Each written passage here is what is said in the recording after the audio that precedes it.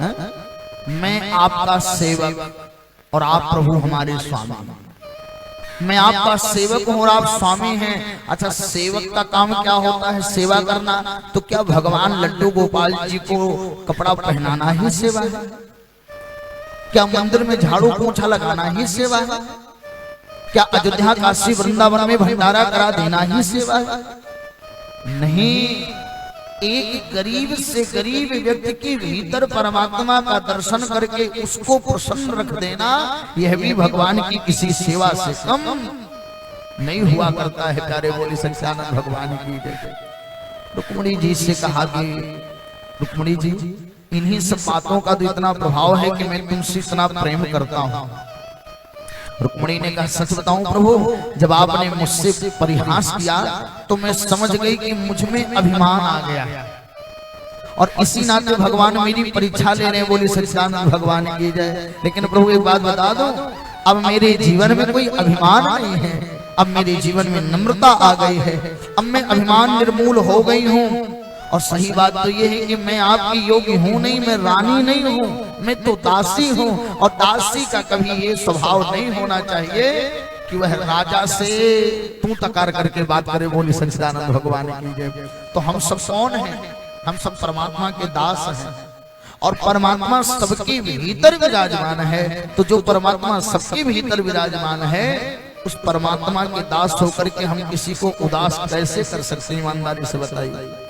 बोले भागवत भगवान की जय। बोले श्री सच्चिदानंद भगवान की जय। परीक्षित जी ने पूछा, प्रभु एक बात बताऊं, क्या आज आपके मुख से कथा इतनी अच्छी लग रही है कि ऐसा लग रहा है कि प्रत्येक श्लोक पे मुझे कृष्ण का ही दर्शन हो रहा है। लेकिन प्रभु एक बात मैं पूछना चाहूंगा कि भगवान ने राजसूय यज्ञ क्यों करवाया और फिर शिशुपाल आदि का वध कैसे हुआ? जरा कृपा करके बताइए।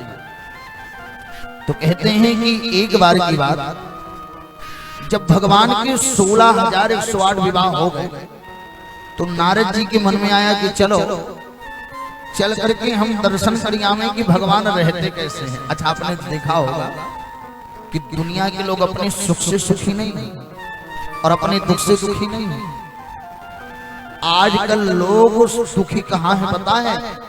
आपको कोई पूछता नहीं था, कोई आपको सम्मान देने लगा तो लोगों को दुख होने लगा। कल तक आपके अगल बगल में कोई बैठता नहीं था, आज आपके सामने 10 लोग बैठ करके आपका रिस्पेक्ट कर रहे हैं तो लोगों को ईर्ष्या उत्पन्न हो गई, लोग आपके दुश्मन बन गए। कल आप भूखे रहते थे, आज आपकी थाली में चावल दाल रोटी सब्जी सलाद आ गया ना, आपके दुश्मन बढ़ गए कि कैसे खा रहा है। अच्छा, सही से बताइए, रावण को हनुमान जी से क्या चिन्ह थी? बोलिए, रावण को हनुमान जी से कोई चिन्ह थी? हनुमान जी ने रावण का कुछ ले लिया था? नहीं, लेकिन रावण हनुमान जी की पूंछ से चिढ़ता था। पूंछ माने जानते हैं? प्रतिष्ठा। रावण ने कहा, मेरे गांव में आकर के इस बंदर की इतनी लंबी पूंछ। बोली सच्चिदानंद भगवान की। अरे विभीषण पूछ रहा है, त्रिजटा पूछ रही है, राक्षस पूछ रहे हैं, समाज के लोग पूछ रहे हैं और इसकी इतनी लंबी पूंछ। तो रावण हनुमान जी की पूंछ से जलता है। बोली सच्चिदानंद भगवान की। एक बात तो रावण ने जब युद्ध होने लगा तो हनुमान जी के पास आया और हनुमान जी के पास आया, युद्ध का व्यवस्था चल रहा था। तो उसने सोचा कर मैं बंदर से लड़ने जाऊंगा तो मेरा सम्मान घटेगा, तो सेना को भेजा। सेना जैसे ही आई, हनुमान जी ने हाथी पकड़ा, हाथी पकड़ करके पटका, सेना साफ। जो एक दो बचे थे बोले क्या हुआ? अरे बोले हनुमान जी ने सेना को मार दिया। बोले तो सामने से क्यों गए, पीछे से गए हो? अरे का महाराज, पीछे से गए होते आपको क्या पता आगे से खतरनाक तो पीछे से है। कहा क्यों? कहा आगे का तो एक आधार था, लेकिन पीछे इतनी लंबी पूंछ थी और पूंछ का कोई एरिया नहीं, जितना लंबा बढ़ पावे बढ़ जाए, जिसको पावे उसी को पकड़ करके लपेट रहे। बोली सच्चिदानंद भगवान की। अब तक रावण बोला चुप रहो, पूंछ का नाम मत लो मेरे सामने। रावण ने अमर सेना भेजा। राम जी ने कहा लक्ष्मण देखो अमर सेना आ रही है। तो बोले कि हनुमान जी बोले प्रभु अगर ये अमर सेना है तो हम भी अमर हैं। अरे कहा इनको ब्रह्मा जी ने अमर किया। बोले अगर इनको ब्रह्मा जी ने अमर किया तो हमको हमारी अम्मा जी ने अमर किया। अजर अमर अनुदिष्ट हो करो बहुत रघुनायक छो हो, हमको हमारी अम्मा जी ने अमर किया। अच्छा तो हनुमान जी ने कहा जब ये मरेंगे ही नहीं तो लड़ना बेकार है।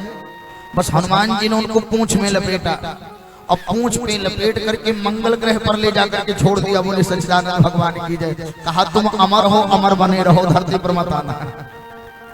अब बेचारे वहीं लटके हैं और नीचे से गुरुत्वाकर्षण व्यवस्था मिल नहीं पा रहा है, इस नाते नीचे बेचारे आ नहीं पा रहे हैं।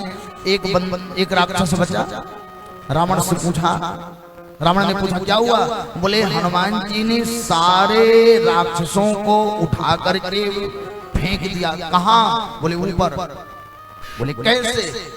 तो कहा सरकार बुरा मान जाओ। अरे नहीं नहीं बताओ। कहा पूंछ से। बोले चुप रहो, पूंछ का नाम मत लो मेरे साथ। पूंछ बहुत खतरनाक है। अच्छा इतने में रावण को लगा कि ये सारा तमाशा पूंछे का है, ना रहेगी पूंछ और ना होगी उसकी पूंछ। बोली सच्चिदानंद भगवान की। रावण आया, हनुमान जी बैठे और रावण ने आकर के पीछे से पकड़ा पूंछ और सोचा लाओ उखाड़ी डाले, ना रहेगी पूंछ ना होगी कभी इसकी पूंछ। और जैसे पकड़ा पूंछ सोचा उखाड़े और हनुमान जी न लड़े न भिड़े, सर से उड़े। अब रावण आकाश में लड़का, कभी इधर घूमे कभी उधर घूमे। अब कहे हे भगवान पूंछ टूटे ना और हमारे हाथ से पूंछ छूटे ना, क्योंकि अगर पूंछ छूट गया तो भी मरेंगे और हमारे हाथ से पूंछ छूट गया तो भी मरेंगे। बोली सच्चिदानंद भगवान की। हनुमान जी ने उसको नीचे उतारा। रावण ने कहा बहुत बलवान हो। हनुमान जी बोले जब तुम ये बताने के लिए लायक बचते नहीं तब हम जानते हम बलवान हैं, लेकिन रावण क्यों ऐसा करते हो? किसी की पूंछ से क्यों जलते हो? तो रावण कहता है मेरा स्वभाव है सरकार। बोली सच्चिदानंद भगवान की जय। ऐसे कुछ लोगों का स्वभाव है, आपकी पूंछ इतनी लंबी क्यों हो गई? बोली सच्चिदानंद भगवान की। अरे इनको लोग पूछ रहे हैं, अरे फलाना को यार देखिए। एक बार तो एक हमारे पड़ोसी तो एक सज्जन बोले अरे आलोकानंद जी महाराज को जानते? अरे आलोकानंद को कौन नहीं जानता है? हमारे साथ जब छोटा सा था तो हम ही डंडे से पीटते थे, मारते थे, कान पकड़ के खींचते थे। आज बड़का बाबा बने घूम रहा है। अरे कोई फलाना तो बोले विद्वान है, कथा कहते हैं। अरे विद्वान उद्वान का एक शब्द पढ़ा हो तो तू श्लोक हमारे सामने बोल करके दिखावे तो हमारे बड़ा पढ़ा लिखा है। चूंकि वो नहीं बोल रहे थे, वो ये पूंछ से चल रहे थे। बोली सच्चिदानंद भगवान की जय। कि हमारे गांव में आकर के कोई हमारे बच्चे को, हमारे परिवार को न पूछ करके इसे कैसे पूछ रहा है? बोली सच्चिदानंद भगवान की। ये संसार की व्यवस्था है। तो नारद जी के मन में आया कि चलो देखें भगवान रहते कैसे हैं। तो चित्रम बतेक देखें बपुषायुग पत पृथक गृहेषु द्वायस्त्र साहस्त्रम स्त्रियैक उदावहत। दशम स्कंद 69वां अध्याय 2 श्लोक। आए और आकर के देख लें कि भगवान रहते कैसे हैं। एक बार कर तल बर बीना